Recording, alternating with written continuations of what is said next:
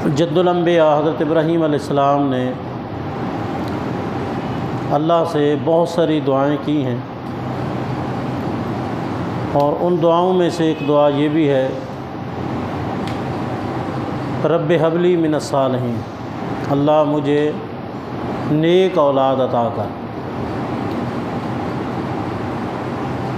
بعض اوقات ایسے ہوتا ہے کہ انسان دعا مانگتا ہے اور اس دعا کے جو اثرات ہیں وہ نسل در نسل چلتے ہیں، اس دعا کا فائدہ نسل در نسل وہ ہوتا رہتا ہے۔ ابراہیم علیہ السلام نے بھی یہ دعا کی کہ اللہ مجھے نیک اولاد عطا کر۔ اس دعا کے نتیجے میں نسل در نسل ابراہیم علیہ السلام کی اولاد میں یہ نیکی والا سلسلہ رہا۔ آج کے اس پارے کے اندر ابراہیم علیہ السلام کی دعا بھی ہے، اور اس کے ساتھ ساتھ ابراہیم علیہ السلام کے پڑپوتے حضرت یوسف علیہ السلام کی دعا بھی ہے، وہ بھی ابھی آپ نے سن لی ہے۔ حضرت یوسف علیہ السلام نے اللہ کے جو انعامات تھے ان کا اقرار بھی کیا ہے اور اظہار بھی کیا ہے۔ یہ کہا کہ اللہ تیرے میرے اوپر بہت احسانات ہیں، میرے ماں باپ کو اور میرے بھائیوں کو اکٹھا کیا، یہ بھی میرے اوپر احسان ہے، اور مجھے قید خانے سے نکال کر بادشاہت جیسی ایک عظمت عطا کی، یہ بھی تیرا میرے اوپر احسان ہے، اور اس کے علاوہ بہت ساری مشکلات میں اللہ تو نے میری مدد کی ہے۔ تو اس طرح کے انعامات اور احسانات کا اقرار کیا، اظہار کیا، اور پھر یہ کہا فاطر السماوات، اے آسمان و زمین کے پیدا کرنے والے، بنانے والے، انت ولی فی الدنیا، تو میرا دوست ہے دنیا میں بھی اور آخرت میں بھی، توفنی مسلمہ، مجھے وفات دے اسلام کی حالت میں، والحقنی بالصالحین، اور مجھے نیک لوگوں کے ساتھ اکٹھے کر دے۔ جتنے بھی انعامات تھے اللہ رب العزت کے یوسف علیہ السلام پر، ان تمام انعامات سے بڑھ کر یہ نعمت ہے جو انہوں نے مانگی ہے اللہ سے، اور وہ نعمت کیا ہے؟ توفنی مسلمہ والحقنی بالصالحین۔ ساری دنیا کی نعمتیں ایک طرف اور یہ نعمت ایک طرف۔ یہ نعمت کیا ہے؟ کہ انسان کا خاتمہ ایمان اور اسلام پر ہو، اور انسان مرنے کے بعد نیک لوگوں کے ساتھ جا کے ملے۔ یہ وہ عظیم نعمت ہے جس کی درخواست کی تھی یوسف علیہ السلام نے، اور یہ کس موقع پہ کی؟ اس وقت سما کیا تھا؟ اندازہ لگائیں، بچے تھے اور ماں باپ سے بچھڑے، بچے تھے پھر کنویں میں بھی گئے، پھر بچے تھے جہاں بچوں کی منڈی لگتی تھی وہاں ان کا سودا ہوا، اور پھر خریدنے والوں نے خریدا، پھر پتہ نہیں کتنی مشکلات کا سامنا کیا، اور بالآخر پھر ایک وقت آیا کہ ملک کے بادشاہ بنے، نبوت جیسی دولت اللہ نے دے دی، اور بچھڑے ہوئے بھائی سارے اکٹھے ہو گئے، اور والد بھی موجود ہے، سب موجود ہیں۔ تو اس خوشی کے سما میں انہوں نے یہ دعا کی ہے۔ اندازہ لگائیں، اللہ نہ کرے، اللہ نہ کرے، آج اگر ہمارا ایک بچہ بچھڑ جائے اور وہ سال ہاں سال ہم سے دور رہے، اور پھر اچانک وہ ہمارے گھر آئے، تو خوشی کا کیا سما ہوگا؟ خوشی کا کیا سما ہوگا؟ اس خوشی کے سما میں، اس خوشی کے ماحول میں انہوں نے اللہ سے یہ دعا کی کہ اللہ مجھے موت آئے تو اسلام کی حالت میں، اور میرا خاتمہ ایمان اور اسلام پر ہو، اور مرنے کے بعد میری رفاقت اور میری دوستی نیک لوگوں کے ساتھ ہو۔ اس سے یہ سمجھایا کہ انسان خوشی کے موقع پر اللہ کو نہ بلائے۔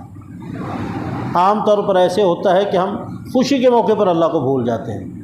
بیٹے کی شادی ہے، ہم اللہ کو بھلا دیتے ہیں، بیٹی کی شادی ہے، ہم اللہ کو بھلا دیتے ہیں، اللہ نے بیٹا دے دیا، اس کا عقیقہ کرنا ہے، ہم اللہ کو بھلا دیتے ہیں۔ ہمارا کوئی نواسہ ہے، نواسی ہے، اس کی کوئی خوشی کا سما ہے، ہم اللہ کو بھلا دیتے ہیں۔ اللہ نے کوئی کاروبار میں ترقی دے دی، ہم اللہ کو بھلا دیتے ہیں۔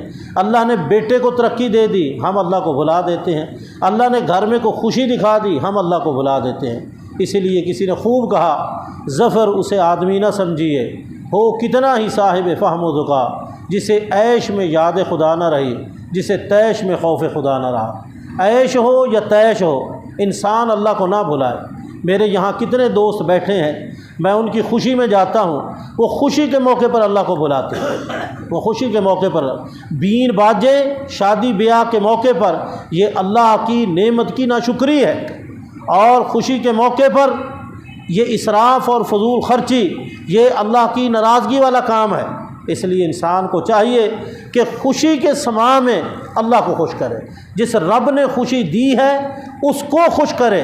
جب ایک انسان خوشی کے موقع پر اللہ کو خوش کرتا ہے، اللہ اس کو مزید خوشیاں نصیب فرماتے ہیں۔ لَإِن شَكَرْتُمْ لَأَزِيدَنَّكُمْ، اگر تم شکر گزار بنو گے تو پھر میں اضافہ کر دوں گا۔ وَلَئِن كَفَرْتُمْ، اگر تم نے ناشکری کی تو یاد رکھو اِنَّ عَذَابِي لَشَدِيدٌ، میری پکڑ جو ہے وہ بڑی کیا ہے، سخت ہے۔ اسی طرح یوسف علیہ السلام کے پردادا حضرت ابراہیم علیہ السلام، ان کی دعا بھی آگے آپ ابھی سنو گے، آخری پاؤ کے اندر موجود ہے۔ انہوں نے بھی پہلے اللہ کی نعمتوں کا اقرار اور اظہار کیا کہ اللہ تیرے میرے اوپر بڑے احسانات ہیں، بہت احسانات ہیں، اور احسانات کا تذکرہ کر کے، اقرار کر کے، اظہار کر کے پھر کہا ربنا انی اسکنت من ذریتی بواد غیر ذی زرع عند بیتک المحرم، اللہ میں اپنی کچھ اولاد کو تیرے حرمت والے، تیرے عزت والے گھر کے پاس میں ان کو رکھ رہا ہوں، اور کیوں تیرے گھر کے قریب رکھ رہا ہوں، لیقیموا الصلاۃ، تاکہ یہ نماز قائم کریں۔ سمجھایا جہاں کہیں اپنا گھر بناؤ وہاں اللہ کا گھر نہیں بنا ہوا تو بنا دو، اور اگر بنا ہوا ہے تو کوشش کرو اپنی رہائش اللہ کے گھر کے قریب رکھو۔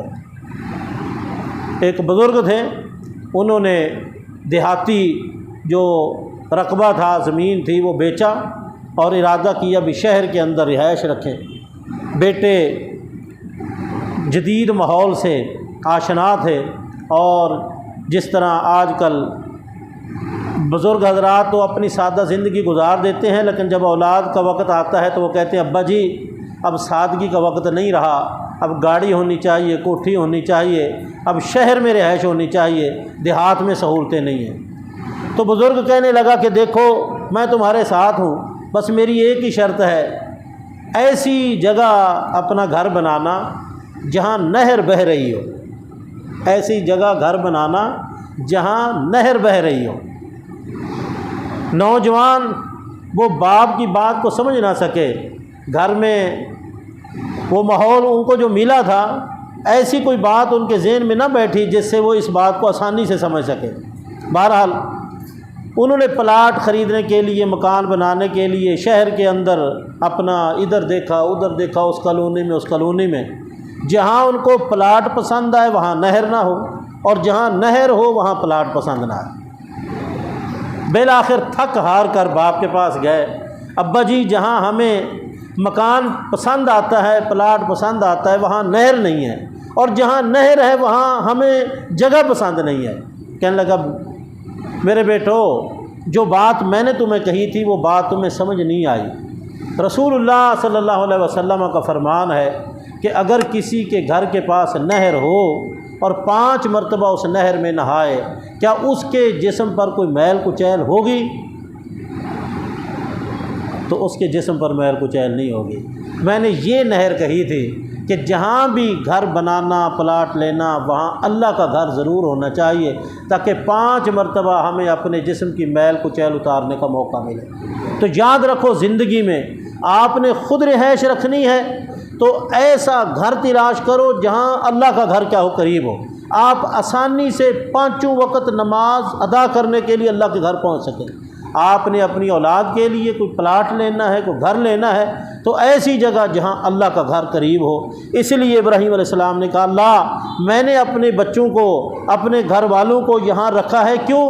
لیقیموا الصلاۃ، تاکہ وہ نماز قائم کریں، اور ساتھ دعا بھی کی اللہ سے رب اجعلنی مقیم الصلاۃ ومن ذریتی ربنا وتقبل دعا ربنا اغفر لی ولوالدی وللمؤمنین یوم یقوم الحساب۔ کوشش بھی کی، رہائش بھی ایسی جگہ جہاں اللہ کا گھر قریب، اور صرف اس پر اکتفا بھی نہیں کیا بلکہ ساتھ ساتھ اللہ سے دعا بھی کی۔ آپ دعا بھی کریں اور دعا بھی کریں، آپ گھر بھی ایسی جگہ بنائیں جہاں اللہ کا گھر قریب ہو، اور اس کے ساتھ ساتھ خود بھی جائیں اور اپنی اولاد کو بھی لے جائیں۔ آپ دیکھیں ہماری صورتحال کیا ہے۔ پہلے دن ماشاءاللہ برآمدے میں بھی 2 3 صفیں تھیں، اب صورتحال یہ ہے کہ آہستہ آہستہ یہ 2 3 صفیں بچ گئی ہیں۔ بزرگ حضرات ایسے ہیں انشاءاللہ، یہ 29 ہیں یا 30 ہیں، وہ پورے پڑھیں گے۔ ایسے بھی بزرگ حضرات ہیں جن کی صحت اجازت نہیں دیتی، لیکن آخرت کی فکر اس قدر ہے کہ وہ آخری وقت تک چیئر پر یا جیسے بھی ممکن ہے وہ پڑھ رہے ہیں۔ نوجوان طبقہ، ان کے پاؤں کے اندر پانی کم ہو گیا ہے، ان کی ہڈیوں میں میخ کم ہو گئی ہے۔ جن کی ہڈیوں میں اللہ نے میخ کم کر دی ہے ان کے اندر جذبہ ہے جس کی بنا پر وہ پڑھ رہے ہیں، اور نوجوان طبقہ ان کے اندر یہ فکر آخرت پیدا نہیں۔ یاد رکھیں ان دونوں دعاؤں میں مقصد ہی یہ ہے کہ ہر وقت انسان کے اندر آخرت کی فکر ہونی چاہیے۔ یوسف علیہ السلام کی دعا میں بھی آخرت کی فکر ہے، اور ابراہیم علیہ السلام کی دعا میں بھی آخرت کی فکر ہے۔ کامیاب انسان وہی ہے جس کے اندر فکر آخرت ہے، اور وہ شخص نادان ہے اور بہت ہی بے وقوف انسان ہے جس کے اندر فکر آخرت نہیں۔ اللہ تعالی ہمیں توفیق دے کہ ہم زیادہ سے زیادہ اللہ کی عبادت کریں، اور اس دعا کو کثرت سے پڑھا کرو، اس سے فکر آخرت پیدا ہوتی ہے۔ اللہم انی اسألک الہدی والتقی والعفاف والغنی، آمین۔ واقول قولی ھذا وآخر دعوایا ان الحمد للہ رب العالمین۔